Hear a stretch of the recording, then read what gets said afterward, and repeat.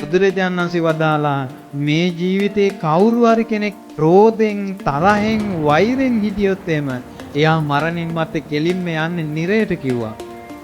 නිරයට ගිහිල්ලා නිරයේ දුක් විඳලා ආයේ මනුස්ස ලෝකෙට ආවොත් එම ඒ මිනිස්සයා හරි කැතයි කිව්වා. බලන්න හිතෙන්නේ නැහැ. එතකොට මේ ජීවිතේ ලස්සන මිනිස්සු ඉන්නවා. මේ මිනිස්යාගේ සංසාරයෙන් ගෙනාවු එකක් තියෙනවා. එයා තරහ ඇරන් නැහැ. ඊළඟ ජීවිතේත් ඔයාලට ලස්සන ජීවිතයක් ඕන නම් වෛර ගොරෝධ කරන්න එපා.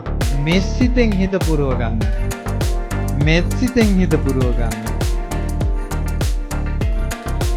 එතකොට අපිට ඊළඟ ජීවිතේ එතකොට තේරුම් ගන්න මැරෙනකොට සමහරට මිනිස්සු හුස්ම අදිනකොට බුදු පිළිම ලං කරලා මූණ ළඟට පෙන්නනවා. පිරිත් දානවා. ඒව එකක්වත් හරියන්නේ නැහැ. හරියන්නේ දැන් පුරුදු කරගන්න හිත. මැරෙන මොහොතේ මම මේ විදියට හිතනවා. සියලු සත්වයෝ සුවපත් වේවා කියලා හිතනවා කියලා දැන් පුරුදු කරගන්න දෙයක්.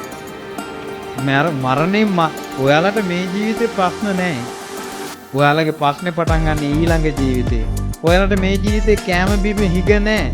ඔයාලට ඊළඟ ජීවිතේ නිරය ගියොත්, තිරිසන් ලෝකෙ ගියොත්, පෙරේත ලෝකෙ ගියොත් ඛණ්ඩ වෙන්න කැම බීම නැහැ. මේ ජීවිතය ලස්සට කෙනෙකුට